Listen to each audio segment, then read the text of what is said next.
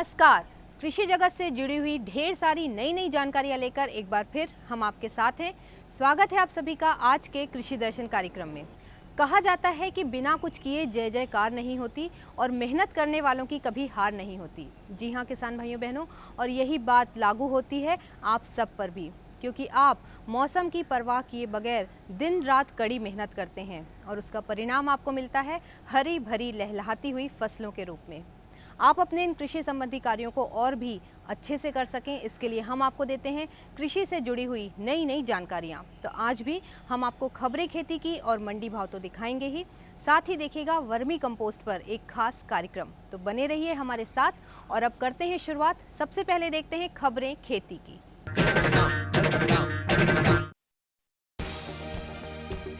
मूंगफली उत्पादन पिछले साल के मुकाबले दोगुना होने का अनुमान। कपास के दामों में कमी आने की संभावना और सरसों के तेल के दामों में भी गिरावट आने की उम्मीद। नमस्कार, खबरें खेती के में आपका स्वागत है। मैं हूं शीला मिश्रा और अब खबरें विस्तार से। बुआई क्षेत्रफल में हुई बढ़ोतरी और मानसून की मेहरबानी से देश में मूंगफली का उत्पादन पिछले साल के मुकाबले दोगुना होने का अनुमान है। देश में इस साल मानसून की मेहरबानी से मूंगफली का उत्पादन पिछले साल के मुकाबले 2 गुना होने का अनुमान है। पैदावार में बढ़ोतरी होने से मूंगफली के दामों में गिरावट आने की संभावना है। कृषि मंत्रालय के तृतीय अग्रिम अनुमान के अनुसार इस साल देश में 9.47 मिलियन टन मूंगफली उत्पादन होने का अनुमान है, जो पिछले साल के उत्पादन से 2 गुने से भी ज्यादा है। पिछले साल यानी 2013-14 में 4.69 मिलियन टन मूंगफली का उत्पादन हुआ था। मूंगफली का यह उत्पादन अब तक हुए पिछले वर्षों के उत्पादन से रिकॉर्ड उत्पादन है। कृषि मंत्रालय के आंकड़ों के अनुसार वर्ष 2011-12 में 6.96 मिलियन टन और वर्ष 2012-13 में केवल 4.69 टन मिलियन मूंगफली का उत्पादन हुआ था। पिछले साल मौसम की मार के चलते मूंगफली का उत्पादन काफी प्रभावित हुआ, लेकिन इस साल मौसम की मेहरबानी से मूंगफली का रिकॉर्ड उत्पादन होने का अनुमान है। कृषि मंत्रालय के अनुसार देश में इस साल कपास उत्पादन में बढ़ोतरी होगी, जिससे कपास के दामों में कमी आने की संभावना है। देश में इस साल अनुकूल मौसम का असर फसल उत्पादन पर पड़ा है। बेहतर बरसात होने से कपास उत्पादन बेहतर हुआ है। कृषि मंत्रालय के अनुसार देश में इस साल कपास उत्पादन में बढ़ोतरी होगी।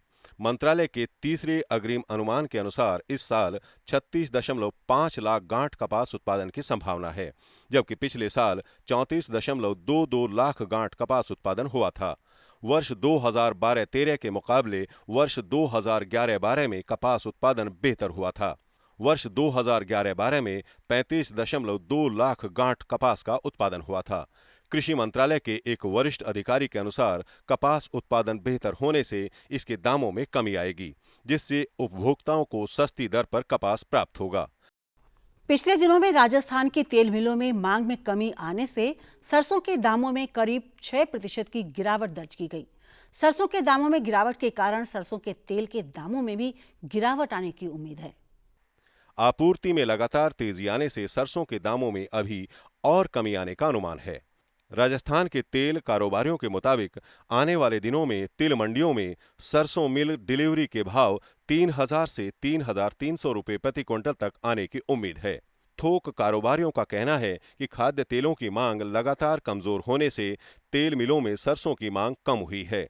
मांग कमजोर रहने से राज्य की विभिन्न मंडियों में सरसों के दामों में कमी आने का रुख है, जिससे सरसों के तेल के दामों में भी कमी आने की उम्मीद है। मौसम में अब गर्माहट आ चुकी है, ऐसे में फसलों की समुचित देखभाल करना जरूरी है। तो आइए लेते हैं मौसम की जानकारी और मौसम के अनुसार किसानों के लिए कृषि सलाह। मौसम विज्ञान विभाग के पूर्वानुमान के अनुसार पंजाब, हरियाणा, चंडीगढ़, दिल्ली, राजस्थान, उत्तर प्रदेश, मध्य प्रदेश, विदर्भ तथा गुजरात में अगले 24 घंटों में गर्म हवाएं चलने की संभावना है। उप हिमालयी पश्चिम बंगाल, असम, मेघालय, नागालैंड, मणिपुर, मिजोरम तथा त्रिपुरा में अगले 24 घंटों में बारिश होने की संभावना है। अंडमान व निकोबार द्वीप समूह में अगले 48 घंटों में बारिश हो सकती है।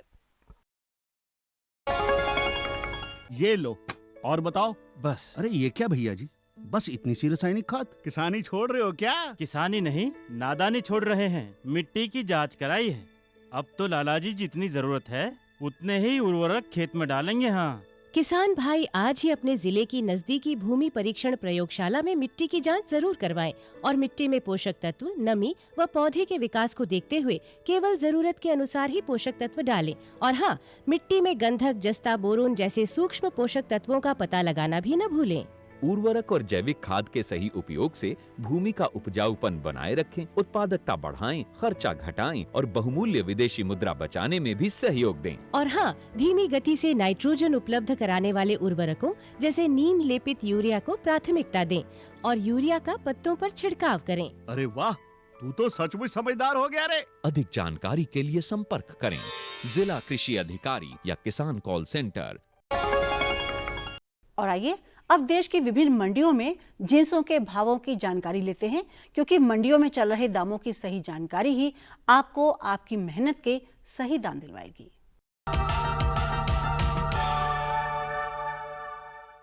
शुरुआत करते हैं देश की विभिन्न मंडियों में जिंसों के भाव से। धान गुमला झारखंड की मंडी में न्यूनतम मूल्य 1300 रुपए और अधिकतम मूल्य 1500 रुपए प्रति क्विंटल के भाव रहे। मदुरई तमिलनाडु में 1400 रुपए से 1500 रुपए, गोंडा उत्तर प्रदेश में 1285 रुपए से 1320 रुपए। चावल कछार असम की मंडी में 2400 रुपए से 2900 रुपए, बारगढ़ ओडिशा में 2400 रुपए से 2500 रुपए, दार्जिलिंग पश्चिम बंगाल में 5900 रुपए से 6100 रुपए। गेहूं मंगरोल गुजरात की मंडी में 1650 रुपए से 1700 रुपए, गुमला झारखंड की मंडी में 3000 रुपए से 3400 रुपए, वहीं गोंडा उत्तर प्रदेश में 1385 रुपए से 1430 रुपए।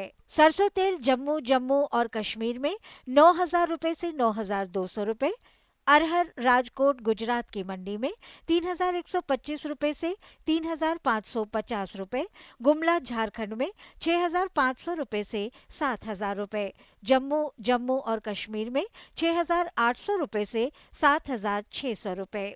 मसूर दाल जम्मू और कश्मीर की मंडी में 6600 रुपए से 7000 रुपए, गुमला झारखंड की मंडी में 6800 रुपए से 7000 रुपए। और अब एक नजर डालते हैं फल सब्जियों के भाव पर। आम बहादुरगढ़ हरियाणा की मंडी में 3000 रुपए, नरवाल जम्मू और कश्मीर की मंडी में 2000 रुपए से 2300 रुपए, केला बाराबंकी उत्तर प्रदेश में 1600 रुपए से 1950 रुपए, राजपीपला गुजरात में 1000 रुपए से 1500 रुपए, तरबूज जगरांव पंजाब में 200 रुपए से 300 रुपए, नरवाल जम्मू और कश्मीर में 300 रुपए से 600 रुपए, वहीं बहादुरगढ़ हरियाणा में 600 रुपए। भिंडी गुमला झारखंड में 1600 रुपए से 2000 रुपए, बाराबंकी उत्तर प्रदेश में 600 रुपए से 830 रुपए, नरवाल जम्मू और कश्मीर में 1400 रुपए से 1500 रुपए, लौकी ऋषिकेश उत्तराखंड में 200 रुपए से 400 रुपए, बाराबंकी उत्तर प्रदेश में 300 रुपए से 550 रुपए, वहीं बहादुरगढ़ हरियाणा में 700 रुपए। टमाटर गुमला झारखंड में 600 रुपए से 700 रुपए, बारगढ़ ओडिशा में 1150 रुपए से 1250 रुपए और जगरांव पंजाब में 350 रुपए से 450 रुपए। अब नजर डालते हैं देश की विभिन्न मंडियों में मसालों के भाव पर। लाल मिर्च कोविलपट्टी तमिलनाडु में 5700 रुपए से 7000 रुपए, लहसुन राजकोट गुजरात में 675 रुपए से 4250 रुपए, नरवाल जम्मू और कश्मीर में 4000 रुपए से 4500 रुपए, फगवाड़ा पंजाब में 2000 रुपए से 2200 रुपए, जीरा राजकोट गुजरात में 9000 रुपए से 9700 रुपए, वहीं जोधपुर राजस्थान में 8100 रुपए से 10700 रुपए। खेती की खबरों में आज इतना ही। कृषि दर्शन कार्यक्रम में और अधिक रोचक तथा ज्ञानवर्धक जानकारियों के लिए देखते रहिए कृषि दर्शन। किसान भाइयों बहनों, मिट्टी के स्वास्थ्य को बनाए रखने के लिए और उसे बेहतर करने के लिए और साथ ही साथ अच्छा कृषि उत्पादन प्राप्त करने के लिए अन्य साधनों के अलावा खाद का भी विशेष स्थान है और इन सब के लिए वर्मी कंपोस्ट एक बहुत ही बेहतरीन विकल्प है। वर्मी कंपोस्ट जहां उत्पादन को बेहतरीन बनाने में महत्वपूर्ण भूमिका निभाता है, वहीं ये एक अतिरिक्त आय का भी अच्छा साधन है। और आप सब अब ये जानना चाहेंगे कि वर्मी कंपोस्ट बनाने की विधि क्या है और इसे उपयोग कैसे किया जाता है। तो आइए देखते हैं अपने इस कार्यक्रम के माध्यम से।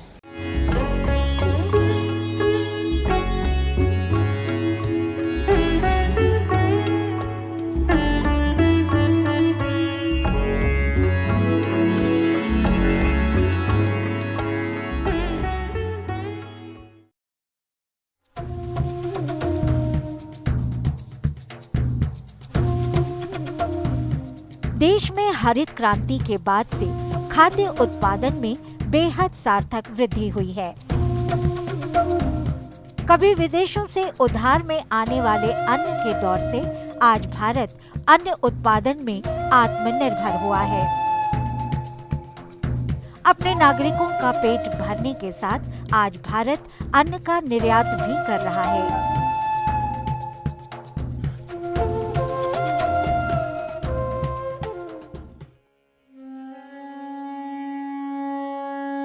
लेकिन अधिक उत्पादन लेने की इस अंधी दौड़ में हमने अपनी मिट्टी की उर्वरता को काफी हानि पहुंचाई है।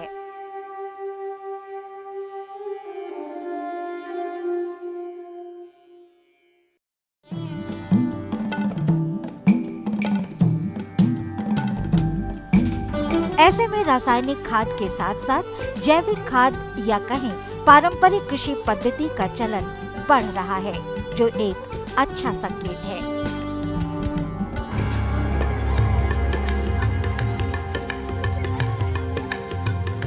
जैविक खादों में वर्मी कंपोस्ट यानी केचुआ खाद तेजी से लोकप्रिय हो रही है।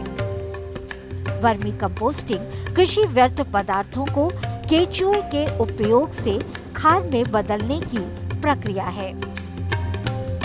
वर्मी कंपोस्ट के द्वारा फसलों की वृद्धि तथा विकास के लिए आवश्यक स्थूल तथा सूक्ष्म तत्व प्रदान करती है। केचुआ खाद एक आदर्श प्राकृतिक खाद है जो मिट्टी के भौतिक, रासायनिक और जैविक गुणों को और अधिक बेहतर बनाती है। इस मृदा की बिगड़ती हुई सेहत का कारण क्या है? हमारे किसान भाई आज जो है रासायनिक उर्वरकों पर बहुत अधिक निर्भर हो रहे हैं, जिससे जो है हमारी जो है मिट्टी की सेहत खराब होती जा रही है। इसलिए हमारे किसान भाइयों को चाहिए कि ज़्यादा से ज़्यादा वो कंपोस्ट का इस्तेमाल करें, वर्मी कंपोस्ट का इस्तेमाल करें, गोबर की खाद का उपयोग करें। वही पुराने जो हमारे तरीके थे उन पे यदि हमें ज़रूरी दोबारा से उन्हीं पे ही वापस आना होगा, उन्हीं को ही अपनाना होगा। वर्मी कंपोस्ट किसी भी तरह के कृषि जनिक अवशेष पदार्थ से बनाया जा सकता है, जैसे सूखे पत्ते, डंठल, फसलों का भूसा, नारियल के पत्ते, केले के पत्ते, किसी भी तरह के कार्बनिक अपघटनशील पदार्थ जो गल सकते हैं, उससे हम वर्मी कंपोस्ट बना सकते हैं।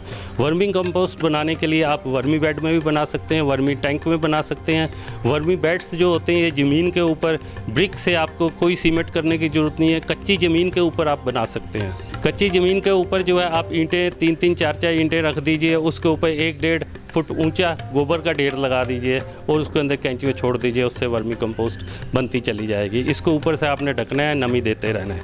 इसके अलावा जो है ज़रूरी नहीं है कि आप बहुत लार्ज स्केल पे करें, आप जो है इसकी शुरुआत एक छोटे स्तर से भी कर सकते हैं, लघु स्तर से भी कर सकते हैं। जैसा कि डॉक्टर R.K. पाल्टा ने बताया कि केचुआ खाद बनाने के लिए योग्य पदार्थ क्या है। 2 सप्ताह पुराना गोबर, कीड़ों द्वारा नष्ट फल और सब्जियां, फलों और सब्जियों के छिलके, फसलों की पत्तियां और डंठल, घास फूस आदि। गोबर को किसी पेड़ की छांव में ही सुखाएं। इस प्रक्रिया के दौरान गोबर की सारी गर्मी निकल जाती है और केचुओं को कोई नुकसान नहीं पहुंचता।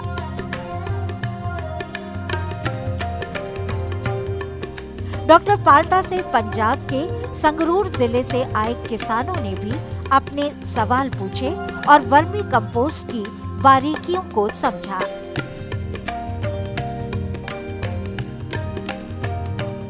तो मित्रों, ये जो वर्मी कंपोस्टिंग है, कैंचुओं के माध्यम से हम कंपोस्ट खाद को बनाते हैं। Yes sir. इसके लिए हम जो है खाली ईंटों से, ये ईंटें एकदम लूज ईंटें हैं, इनको हमने सीमेंट से नहीं जोड़ना है। ठीक है। इन ईंटों के, हाँ जी, खर्चा कम करने के लिए आपको नीचे कोई पक्की जगह की ज़रूरत नहीं है, कच्ची जगह के ऊपर कर सकते हैं।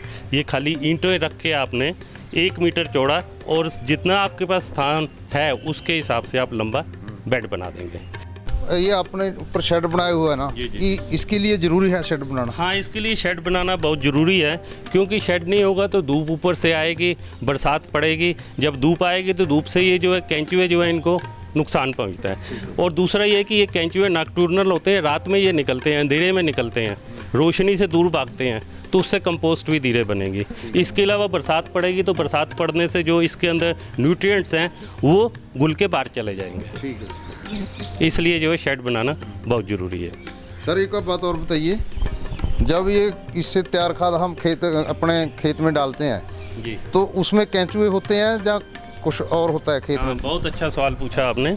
ये जो तैयार खाद है इसके अंदर कैंचुए तो रहेंगे। अब प्रश्न ये है कि हम इसको खाद को कैसे इकट्ठा करेंगे इसके अंदर कैंचुए ना आए। इसके लिए हम क्या करते हैं, जब ये खाद तैयार हो जाती है इसके ऊपर 1-2 दिन के लिए हम पानी देना छोड़ देते हैं, जिससे कैंचुए जो है नीचे की लेयर्स में, नीचे की सतह में चले जाएंगे और ऊपर से फिर हम इसकी छोटी छोटी डेरियाँ बना देते हैं। छोटी छोटी डेरी बना देते हैं, तो वो डेरी जैसे जैसे सूखती जाएगी उसमें कैंचुए नीचे चले जाएंगे। अगले दिन या 1-2 दिन के बाद इस डेरी को ऊपर से आप सूखी को निकाल लीजिए। इस तरह फिर से डेरी बना दीजिए। ये प्रोसेस आप करते रहिए जब तक कि नीचे की 3-4 इंच की सतह बच जाए। ठीक है। उसके बाद आप क्या करेंगे, जो 10-15 दिन पुराना गोबर था जिसमें सूखी पत्तियां वगैरह आपने मिला रखी हैं, वो इसके ऊपर आप फिर से डाल दीजिए, वो फिर से खाद बन जाएगी। सर इसमें कितने कैंचुए डालने पड़ते हैं फर्स्ट टाइम में? हाँ जी, इसके लिए 500 से लेके 700 तक कैंचुए 1 स्क्वायर मीटर में डाल सकते हैं। धीरे धीरे वो मल्टीप्लाई होते रहेंगे, उसके बाद इनकी संख्या बढ़ती रहेगी और खाद भी जल्दी तैयार होती रहेगी। उसकी जो लाइफ है वो कितने समय की है, कितने समय तक उसको डाल सकते हैं खेत में? ऐसा है जी, यदि आपके पास खाद तैयार है, उसको पहली बात तो ये आपने छायादार स्थान में रखना है। आप नमी का स्तर इसमें बनाए रखेंगे, क्योंकि जैसे आप देख रहे हैं इसके अंदर काफ़ी नमी है। जब तक इसके अंदर नमी है, जब तक इसके अंदर नमी रहेगी, यदि इसमें नमी नहीं रहेगी तो ये खाद सूख जाएगी, इसके बैक्टीरिया फंजाई जितने भी हैं उनकी गुणवत्ता ख़त्म हो जाएगी और खाद ये बेकार हो जाएगी। इसलिए आप जब तक इसमें मॉइस्चर रखेंगे ये खाद ठीक रहेगी, तब तक आप इसको इस्तेमाल कर सकते हैं। सर ये जमीन च केड़े-केड़े तत्व पूरे कर दिए जी? हाँ जी, इसमें जी जो मेजर तत्व हैं वो तो हैं नाइट्रोजन, फास्फोरस, पोटाशियम। इसके अलावा इसमें सूक्ष्म तत्व भी पर्याप्त मात्रा में पाए जाते हैं। ठीक है। जैसे हम लोग कहते हैं कि दूध संतुलित आहार है, क्यों है? क्योंकि उसमें सारे के सारे जितने तत्व हमारे शरीर को चाहिए मिलते हैं। ऐसे ही ये पौधों के लिए संतुलित आहार है, इसके अंदर जितने तत्व चाहिए पौधों को, सारे के सारे सूक्ष्म तत्व, माइक्रो न्यूट्रिएंट्स, मैक्रो न्यूट्रिएंट्स, सबके सब इसमें पर्याप्त मात्रा में पौधों को मिलते हैं। इसके अलावा इसमें कुछ वृद्धिवर्धक हार्मोन्स और एंजाइम्स भी मिलते हैं। जैसा आपने पहले सुना होगा कि पहले जो है हम ऑर्गेनिक कृषि करते थे तो उसमें ये होता था कि फसलों का टेस्ट बहुत अच्छा होता था, उनकी गुणवत्ता बहुत अच्छी होती थी। आजकल क्यों नहीं है? क्योंकि हमारा जो केमिकल फर्टिलाइज़र डाल रहे हैं उसमें ये माइक्रो न्यूट्रिएंट्स मिल ही नहीं रहे हैं, तो इसमें जो है फसलों का जो होगा टेस्ट बहुत अच्छा होगा। ठीक है। उनकी गुणवत्ता बहुत अच्छी होगी। सर जो जब बरसात होती है उसमें तो केंचुए बाहर काफ़ी मात्रा में दिखते हैं, क्या हम वो केंचुए को इस खाद बनाने के लिए बरत सकते हैं? नहीं जी, उन कैंचुओं का आप इस्तेमाल नहीं कर सकते हैं, क्योंकि वो जो कैंचुए सिर्फ मिट्टी में रहते हैं। हमें वो वाले कैंचुए चाहिए जो गोबर और कार्बनिक पदार्थों को खा सकें। इसके लिए अलग किस्म के कैंचुए होते हैं और ये लाल किस्म के होते हैं। इनको आइसिनिया फेटिडा और यूडिडस यूजीनिया 2 तरह के ये कैंचुए हैं जिनको हम हिंदुस्तान में इस्तेमाल कर रहे हैं। आम मिट्टी वाले कैंचुओं का इस्तेमाल नहीं कर सकते। सर ये कहाँ से मिलते हैं फिर अगर बनानी हो गोबर खाद? ये कैंचुए जहाँ पे वर्मी कल्चर हो रहा हो वहाँ से आप फार्म हाउस से ले सकते हैं, या कृषि विश्वविद्यालय हो या किसान विकास केंद्र हो, कृषि विकास केंद्र हो, वहाँ से आपको ये कैंचुए मिल सकते हैं। कृषि अनुसंधान से तो आप वैसे ही मिल जाएंगे, लेकिन जो फार्म हाउसेस हैं उनमें आपको पेमेंट पे मिलते हैं।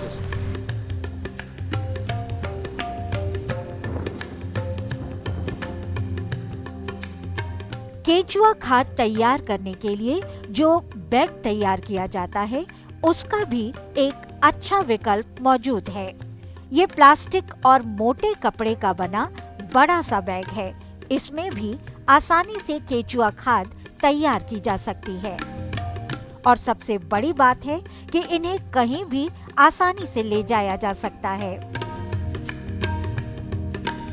और साथ ही स्थायी संरचना बनाने की आवश्यकता नहीं है। किसान भाइयों, जैसे कि आप जानते हो कि हमारी जो है कृषि रासायनिक पदार्थों पर ज़्यादा निर्भर हो रही है, जिससे भूमि की दशा खराब होती जा रही है।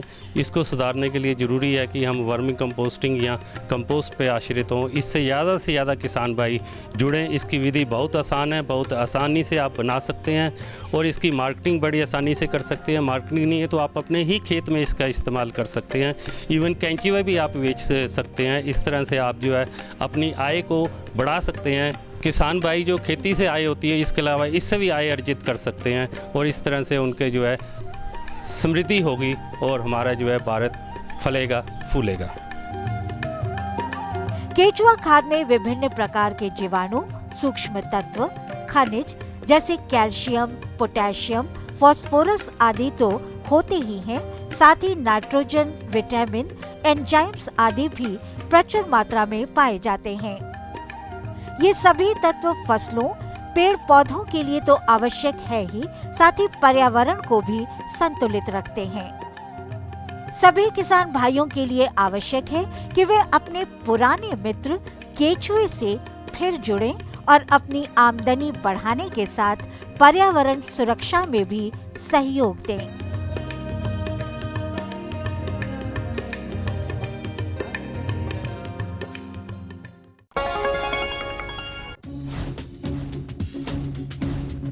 जुड़िए हमारे साथ ट्विटर पर twitter.com/कृषिदर्शन-dd, फेसबुक पर facebook.com/कृषिदर्शन-dd और देखिए कृषि दर्शन अब YouTube पर भी youtube.com/user/कृषिदर्शन-dd। भेजें हमें मेल कृषिदर्शन-dd@gmail.com पर।